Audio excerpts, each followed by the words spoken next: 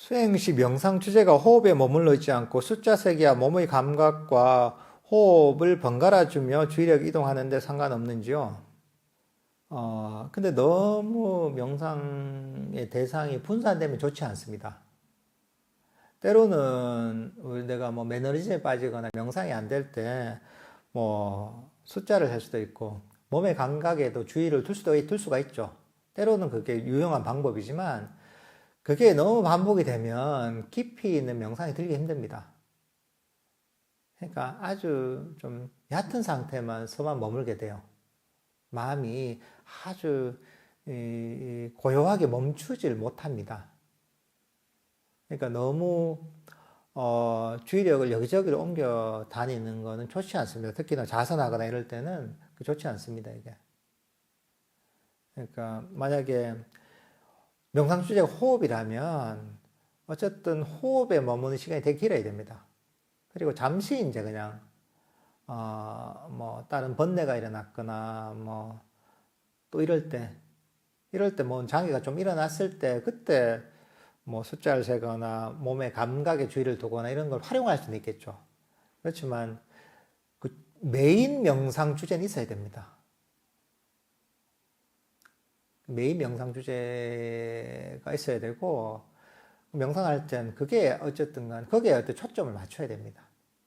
나머지는 그냥 약간 잠시 필요할 때 하는 정도로 하시면 괜찮을 것 같습니다. 최근에 니까야 명상을 가르쳐 주시던 한 거사님이 자신의 편향된 정치적 견해를 고집하는 걸 보고 실망한 적이 있습니다. 그분이 해박한 교학 지식과 긴 수행 경력에 감탄했었는데 그러다 보니 그분이 정치 경제 문제에 대해서도 반야지의 견해를 보여주실 것이라 기대해서인지 실망이 더 컸습니다. 저의 기대가 잘못된 것일까요? 그렇죠. 이제 보통 우리가 뭐 이런 인간 사회에 살다 보니까 뭐 정치나 사회에 대해서 사실은 얘기를 할 수밖에 없고 또 관심을 가질 수밖에 없습니다, 사실은. 근데 이제 그 한 가지 측면으로 수행을 했다고 해서 다 여기 해박한 건 아니거든요. 그리고 그걸 바라볼 때 이거 아주 전문적으로 알지 못하고 좀 지식이 부족할 수는 있죠. 그렇지만 이제 이 바르게 법을 이해했다면 기본적으로 부처님의 관점에서 세상을 바라봐야 됩니다. 근데 보통 그렇지 않은 경우가 많거든요. 부처님의 가르침에 근본 가르침이 있단 말이죠. 사성계 팔종대의 그 근본 가르침이죠. 사실은 우리가 현실 세계를 살아가면서 뭐 그 입장에서도 바라보는 측면이 있지만 근본적으로는 부처님께서 바라보는 그런 이 네 가지 성스러운 진리의 입장에서 사실은 세상을 바라보고 인간을 이해하고 사회를 이해해야지 그게 바른 겁니다.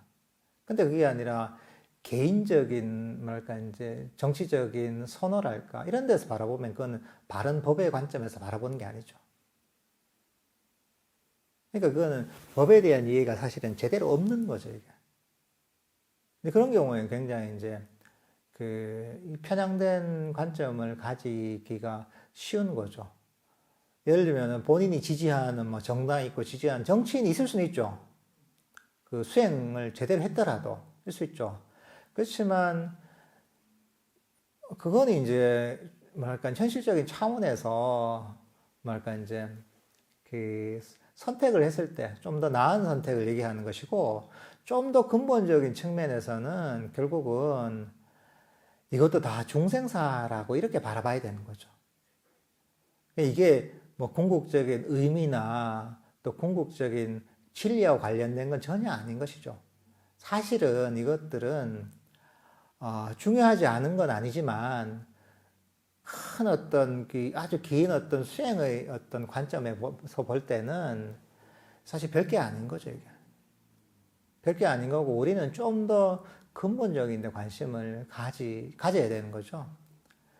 부처님께서도 보면 뭐 그 왕과도 교류를 하고 대신과도 교류를 하고 또 나름 또 그 이 사회를 바라보는 또는 뭐 정치를 바라보는 입장이 있으시죠, 보면.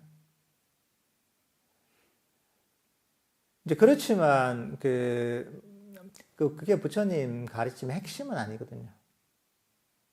핵심은 뭐냐면 탐진치를 소멸시켜서 궁극적으로 이런 윤회하는 이런 사이클에서 완전히 벗어나서 완전한 행복과 자유를 누리도록 하는 게 부처님의 근본 가르침이거든요. 근데 그게 흔들리면 안 되는 거죠. 근데 보통 여기 보면 이제 그렇지 않은 경우가 많거든요. 그러니까 이상하게 무슨 뭐 대통령 후보 출마하고 이런 분들이 있는 거예요, 보면. 그런 경우에 이제 그 법에 대한 이해가 없는 경우죠. 없죠. 지식과 경력과 또 바른 법에 대한 이해는 그 별개의 문제입니다. 이게. 그러니까 그런 법을 보는 안목이 있어야지 어떤 사람이 제대로 가르치고 어떤 사람이 법을 잘못 이해하고 있는가가 분간이 되거든요. 분별이 되거든요. 그런 지혜를 가질 필요가 있겠습니다. 호흡 수행 시 전면의 사띠를 챙기고 수행 시 호흡의 상태에 대한 사띠를 챙기는 것이 궁금합니다. 호흡 명상할 때 보면 약간 빨리어를 보면 빠리묵강이라고 하는 그 단어가 있습니다. 보면 보통 이걸 전면에 마음 챙기고 하는데 이게 코앞에 이런 거 얘기하는 거 아닙니다. 코끝에 뭐 입술 끝에 얘기하는 게 아니라 마음의 중심에 둔다는 겁니다. 딴 건 다 신경 쓰지 않고 오로지 호흡에다가 내 주의력을 둔다는 이 얘기입니다. 위치하고 관계없습니다, 이거는. 딴 거 생각 이것만 염두에 둔다는 거죠. 호흡만. 그리고 나서 이제 호흡을 알아차리는 거죠. 처음엔 그것만 하면 됩니다. 들숨이 일어나고 날숨이 일어나는 건 이걸만 아는 거죠. 위치나 또는 이런 것들은 신경 쓰지 않는 게 좋습니다. 우리가 그냥 호흡이 들숨 일어나는구나, 현재 날숨 일어나고 있구나 하는 것들을 알 정도면 됩니다. 이게 호흡을 또 너무 움켜쥐려고 하면 됩니다. 너무 자세하게 알아차리려고 하면 안 됩니다. 그러면 이제 긴장이 되고 욕심이 생기거든요. 편안한 마음으로 들숨과 날숨만 알 정도인 거죠. 순수하게. 긴장을 풀고 움켜쥐지 말고 관심을 가지는 거죠. 그냥. 관심을 놓치지 않는 거죠. 그러면 이제 좀 하다 보면 그 위치에 대해서는 신경 쓰이지 않고 들숨과 날숨만 알아차려지게 됩니다. 요게 보면 순수한 호흡 명상입니다.